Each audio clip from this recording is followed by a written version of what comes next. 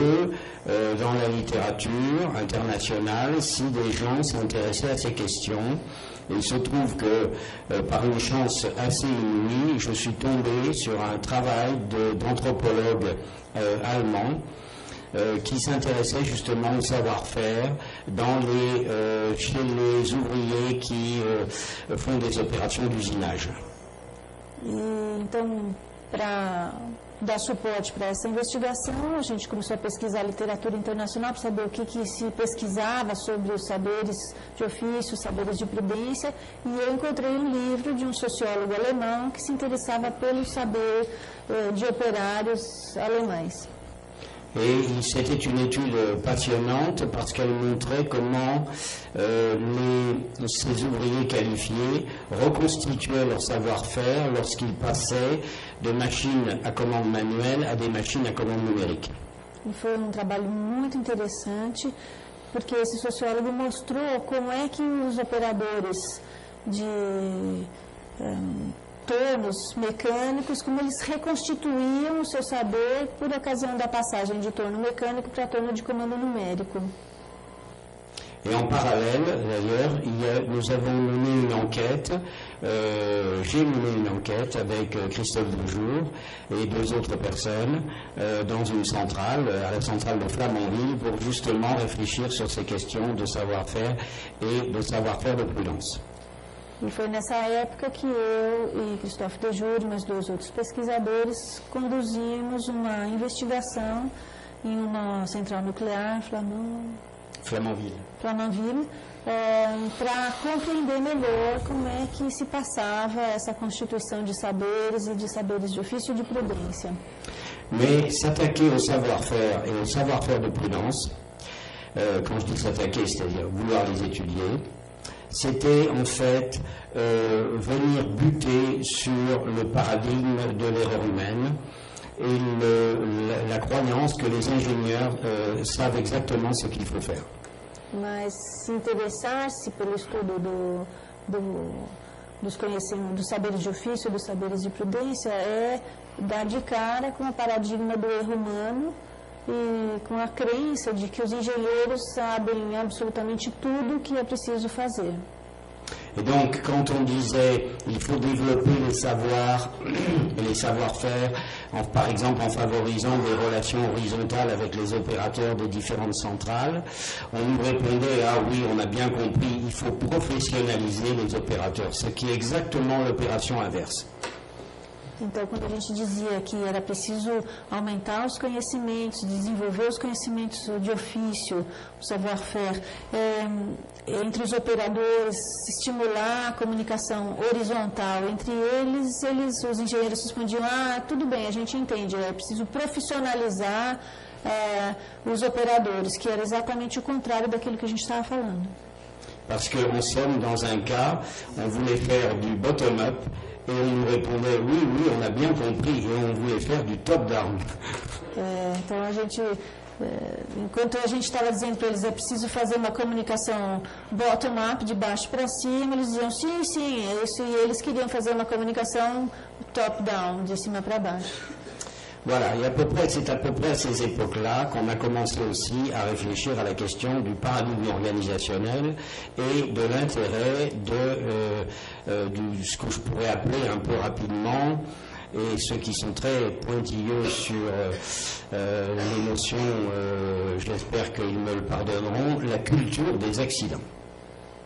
E foi nessa época que a gente começou a se dedicar ao estabelecimento, à compreensão desse paradigma organizacional e a desenvolver aquilo que de uma forma muito criteriosa, algumas pessoas criticaram, desenvolver o que é chamado de cultura do acidente.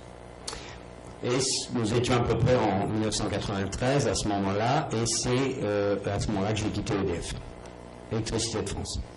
E foi mais ou menos nessa época, em 1993, que eu tomei a decisão de sair da EDF. Et très étrangement, j'avais un certain nombre de personnes qui étaient plutôt des détracteurs à EDF. E de forma muito estranha, havia certo número de pessoas que falavam contra mim dentro da EDF. et c'est eux qui m'ont demandé de venir enquêter et de m'en passer les contrats. E quando eu me tornei consultora independente, foram essas pessoas que me chamaram para fazer consultoria e me fizeram contratos comigo. Je vous laisse le soin de possibles interprétations. Et lors d'une de ces enquêtes, mon attention a été particulièrement attirée par un ingénieur, un jeune ingénieur très sympathique. Eu deixo para vocês tirar as conclusões sobre as causas dessa conduta desses engenheiros, mas foi nesse período que, durante uma das consultorias que a gente fez, a gente encontrou esse jovem engenheiro muito simpático. Parce que on est en train un petit peu d'aborder la méthodologie. Les connaissances qu'on apprend sur le terrain sont loin d'être linéaires. Des fois, on patauge pendant très longtemps, et puis d'un seul coup, il y a un gars comme ça, ou une dame, hein, une femme, qui vous fait progresser énormément et très vite. E já que nós estamos falando no domínio, no campo da metodologia, essa metodologia não é absolutamente linear. Você pode ficar em campo e você investiga e vai, e às vezes você perde um monte de tempo sem nenhum progresso e de repente surge alguém, uma senhora, que faz com que o nosso conhecimento sobre aquela situação avance muito rapidamente. Et cet ingénieur, donc très sympathique, est plutôt favorable au savoir-faire de prudence. E essa pessoa, essa engenheira, uma senhora muito simpática e, de certa forma, favorável aos saberes de ofício, aos saberes de prudência. Oui. D'ailleurs, j'oubliais de dire que nous enquêtions à ce moment-là sur des questions de sécurité classique, de sécurité conventionnelle sur les questions d'accident du travail.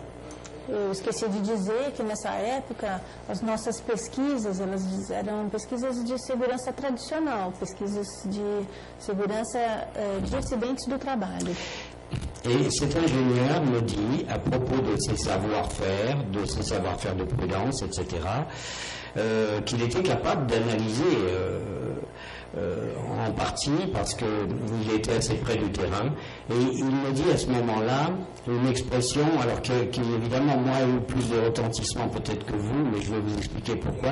Il me dit oui, mais ce sont des chefs-d'œuvre en péril. Ce sont des quoi? Oui. Ce sont des quoi? Des chefs-d'œuvre en péril. Então, esse engenheiro que se interessava muito pelos saberes de ofício, saberes de prudência, ele me disse, nessa época, ele usou uma expressão, ele me disse que ele entendia isso porque ele era uma pessoa que trabalhava muito perto dos operadores, perto do local de ação, e ele me disse, ele usou essa expressão que me marcou muito, eu vou dizer para vocês por quê. Ele disse, trata-se de obras de arte em perigo. Or, à cette époque-là, il y avait une émission à la télévision française où on montrait d'anciens bâtiments, des châteaux, des églises, etc., des chapelles, et qui étaient plus ou moins dégradés. Et donc, c'était le titre, c'était les chefs-d'œuvre en péril. Nessa época, passava na televisão francesa uma série de programas sobre arquitetura antiga, de castelos, igrejas, grandes mansões que tinham valor artístico e estavam muito degradadas. E o nome da série era Obras de Arte em Perigo. Et à travers ça, j'ai commencé à comprendre que même lui... Através disso, eu comecei a compreender que mesmo ele pensait que tôt ou tard, ce que j'appelle la sécurité prescrite allait remplacer totalement les savoir-faire et les savoir-faire de prudence des opérateurs. Mesmo ele pensava que mais cedo ou mais tarde, a segurança prescrita, ela iria substituir os saberes de ofício, os saberes de prudência dos operadores. Et en allant plus loin, en généralisant, petit à petit, j'ai pris conscience de l'extraordinaire puissance du paradigme de l'erreur humaine, en particulier, par exemple, dans l'aviation, où je voyais bien que les experts avaient beaucoup de mal à sortir du cockpit. E foi através disso que eu me dei conta da grande força do paradigma do erro humano em todos os domínios, inclusive, por exemplo, no domínio da aeronáutica, em que os peritos sobre segurança eles tinham muita dificuldade em sair do cockpit. De la même façon que, par exemple, dans la chimie ou dans le nucléaire, on avait beaucoup de difficultés à sortir de la salle de commande. Da mesma forma, nas indústrias químicas, nas indústrias nucleares, o pessoal da segurança tinha muita dificuldade em sair de dentro da sala de controle. Et nous étions des petits groupes, plus ou moins informels, et nous étions arrivés à cette conclusion que je résume, c'est que les accidents, en réalité, sont élaborés petit à petit, suivant de longues périodes, ils incubent, et à partir de décisions qui sont prises bien avant l'accident, et souvent des lieux très éloignés de l'accident. E foi nessa época também que nós, em pequenos grupos de debate, nós compreendemos que os acidentes eles se iniciam muito antes da sua ocorrência real e eles têm relação com decisões que são tomadas muitas vezes em lugares distantes do local do acidente. Et il est parfois extrêmement difficile à expliquer à des ingénieurs que, si vous admettez cette image, il faut sortir du cockpit ou il faut sortir de la salle de commande. E é muito difícil fazer com que os engenheiros entendam essa imagem que é extremamente importante para a segurança, conseguir sair da cabine de comando, da central de comando de uma usina. Ce paradigme donc est tellement fort, je reviens sur ce paradigme de l'erreur humaine, il est tellement fort qu'on est revenu dans beaucoup d'industries, notamment les industries de process, on est revenu à des formes de gestion comportementaliste qu'on pensait, nous, avoir définitivement éradiquées. E esse paradigma do erro humano é tão forte, e é por isso que eu retorno a ele, o paradigma do erro é tão forte que em muitas empresas, especialmente empresas de processo contínuo, se retomaram práticas de segurança comportamentalista que nós acreditávamos terem sido extintas. Et grâce en particulier au travail des ergonomes, des psychologues du travail, etc. Graças ao trabalho em particular dos ergonomistas, dos psicólogos do trabalho, etc. Donc, dans l'analyse organisationnelle, vous voyez, il faut sortir, bien entendu, du cockpit, il faut sortir de la salle de commande, il faut aller chercher souvent assez loin des débuts de réponse aux questions donc, qui concernent l'organisation. Portanto, na análise organizacional, é muito importante sair do cockpit, sair da sala de comando e procurar muito longe, lugares muito longe, o início das respostas aos problemas relacionados ao acidente. Alors, avant, si vous le voulez bien, je vais peut-être raconter à nouveau une petite histoire. Se vocês me permitem, eu vou mais uma vez contar uma historinha. Celle-ci qui concerne en plein, de mon point de vue, la méthodologie. Essa historinha diz respeito totalmente, do meu ponto de vista, à metodologia. Elle est tirée d'un ouvrage que tout le monde peut se procurer en anglais, qui s'appelle Friendly Fire, et qui a été écrit par un certain Scott Snook. É uma historinha que vem de um livro que vocês podem procurar, um livro que em inglês se chama Friendly Fire, Fogo Amigo, foi escrito por um senhor chamado Scott Snook. Alors, Scott Snook est militaire, il est professeur à l'académie militaire de, je ne sais plus laquelle, enfin il est très connu, et il a lui-même subi ce qu'on appelle donc un tir amical, par erreur, puisque le tir amical, c'est par définition, on n'aurait pas dû vous tirer dessus, mais heureusement, il en a réchappé. O Scott Snook, ele é um militar, ele é professor em uma academia militar americana e ele mesmo foi vítima de um fogo amigo, que é um paradoxo, porque se você é amigo você não devia atirar em mim, mas enfim, ele foi vítima de um tiro e felizmente conseguiu escapar.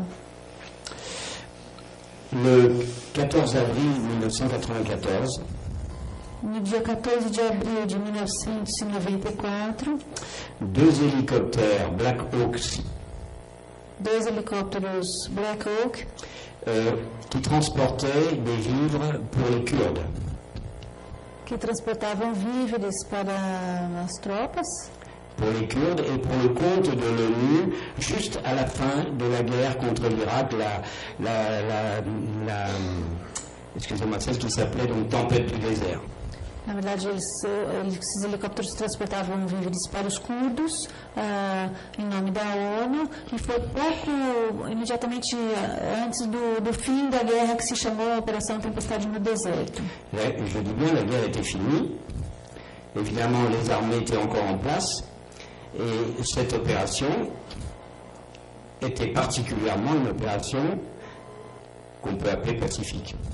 Eu quero chamar a atenção, a guerra tinha acabado de terminar, claro que os exércitos ainda estavam lá, mas era uma operação pacífica de entrega de víveres. Or, les deux hélicoptères ont été abattus par l'armée américaine. Os dois helicópteros, na ocasião, foram abatidos pelo exército americano. Deux hélicoptères américains abattus par l'armée américaine par deux F-15. Dois helicópteros americanos abatidos pelo exército americano por dois F-15 americanos. Au-dessus, il y a un système AWACS. Je ne sais pas si vous en avez entendu parler.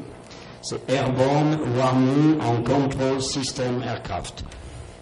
Além disso, havia em operação um sistema AWACS Airborne Warning and Control System Aircraft. Bon, c'est un avion qui circule à haute altitude. Il y a une vingtaine d'opérateurs dedans avec un matériel ultra sophistiqué et qui contrôle tout ce qui se passe en termes aériens dans la région. É um sistema que fica baseado no ar, um avião que sobrevoa a região. Dentro desse avião os sistemas são altamente complexos e você tem aproximadamente 20 técnicos que têm acesso às informações de tudo o que acontece no espaço aéreo daquela região. Et donc vous avez une chaîne organisationnelle. Portanto, vocês têm aí um encadeamento organizacional Que j'appelle que nous appelons nous un réseau organisationnel, que nós chamamos uma rede organizacional, avec là le commandement général qui est au sol, com o primeiro elo dessa rede é o comando geral, que está em solo, le système aérien de contrôle AWACS, o sistema aéreo de controle AWACS, les F-15 qui surveillent l'espace aérien, os aviões F-15 que fazem a vigilância do espaço aéreo, et les deux hélicoptères qui finalement seront abattus, ce qui donnera 36 morts. E finalmente os dois helicópteros que foram derrubados e que em última instância resultaram em 36 mortos. Alors pourquoi je vous parle de ça? Je n'ai pas spécialement d'intérêt pour les choses militaires. Eu estou falando disso para vocês, já que eu não tenho interesse especial em assuntos militares.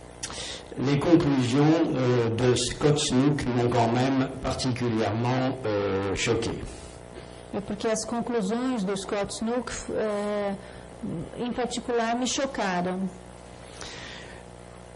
Après 2 ans d'investigation, após 2 anos de investigação, il ne trouve aucune raison de culpabilité, quels que soient les différents niveaux de chaîne de commandement.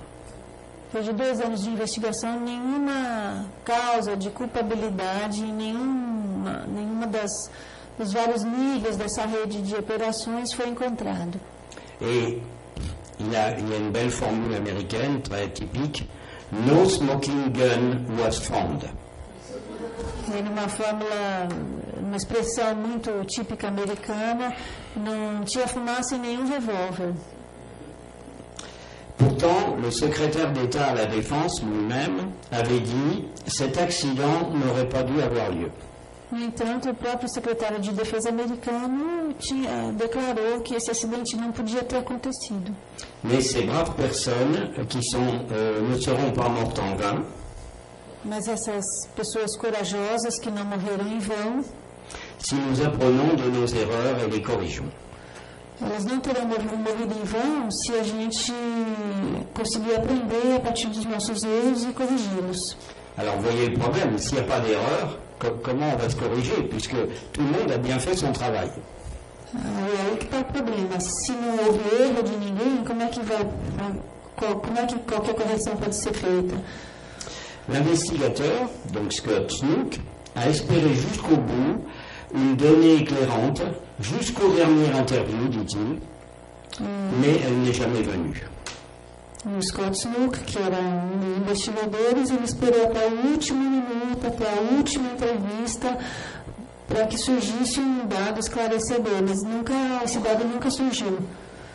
Et il explique, au fond, c'est un accident normal, comme aurait dit Perrault.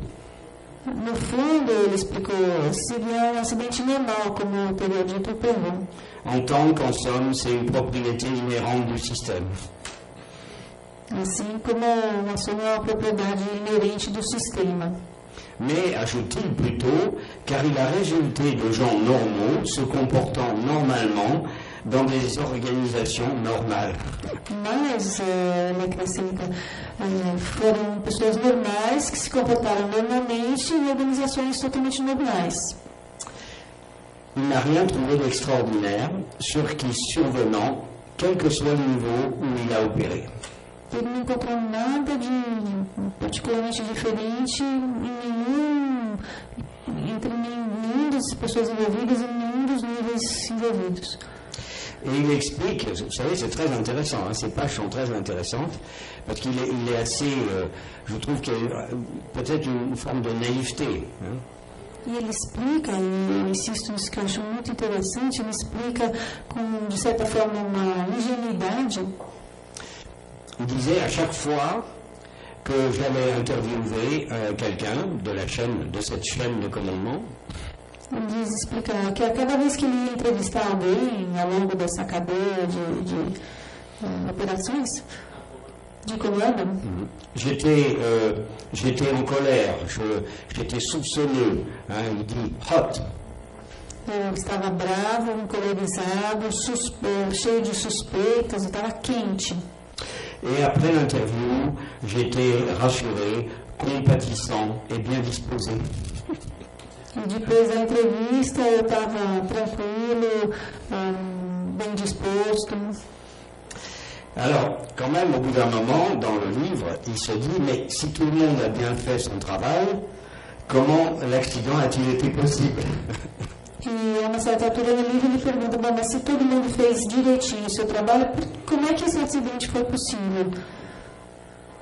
Alors, je ne discuterai pas trop la thèse de Snook, qui me paraît extrêmement compliquée et tirée par les cheveux. Eu não vou me demorar aqui, a tese do Snook me parece muito complicada, puxada pelos cabelos. Mais ça me paraît plutôt illustrer un problème assez général, notamment dans la littérature américaine. Mas isso me parece explicitar um problema muito comum e investigado na literatura americana. C'est que le problème de la méthodologie n'est jamais vraiment abordé et discuté.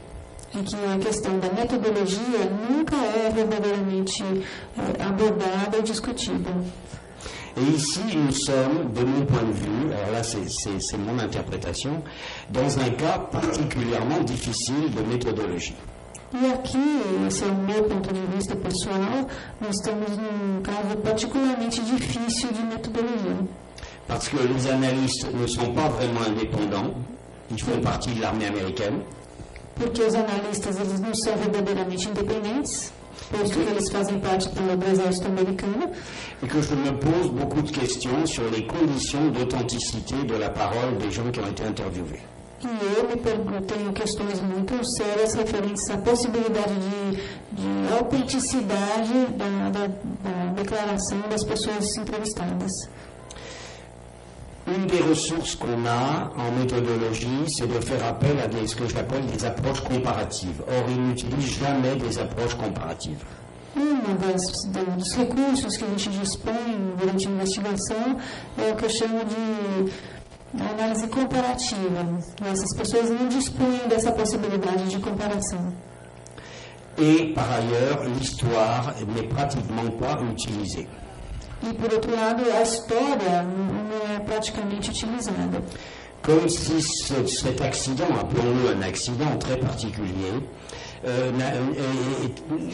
était complètement isolé de tout le reste du monde. Como se esse acidente fosse totalmente isolado do resto do mundo. Et je me souviens, nous avons discuté de ce cas dans un petit groupe informel, qui ensuite c'est ce groupe à partir duquel j'ai écrit le livre L'accident et l'organisation. E eu me lembro que a gente discutiu esse caso num grupo, um pequeno grupo informal, um grupo cuja discussão, foi a partir da discussão desse grupo que eu escrevi o livro O Acidente e a Organização. Avec René Montmagnel, comme vous avez vu, qui a travaillé avec moi pendant pas mal de temps à Électricité de France. Eu escrevi o livro junto com René Montmagnel, que trabalhou durante muitos anos junto comigo na Électricité de France. Et alors lui, dans son coin, sans rien dire à personne, il avait été regarder sur Internet les cas de tirs amicaux. E ele, sem dizer a ninguém, lá no seu cantinho, ele tinha ido estudar na internet o caso do fogo amigo. En particulier dans l'armée américaine. Em particular, os casos do exército americano. Et on en trouvait des centaines. E ele encontrou centenas de casos. Donc on peut être extrêmement surpris qu'on ait consacré 250 pages à un accident sans le relier à toute la question des tirs amicaux, qui est une question fondamentale de l'armée américaine depuis plusieurs décennies. A gente ficou assim, impressionado como é que tinham sido escritas 250 páginas discutindo a questão do fogo amigo, sem fazer nenhuma relação com centenas de casos que eram parte do cotidiano do exército americano. Mais je dois à Scott Snook, à la fin de son ouvrage, une phrase que j'estime quand même décisive et que je prends pour moi. Mas eu devo a Scott Snook uma frase que está presente no fim do seu livro e que eu acho decisiva e que eu adotei para mim. Alors je le cite, j'ai traduit en français. Si nous pouvions rassembler une bibliothèque de tels trésors.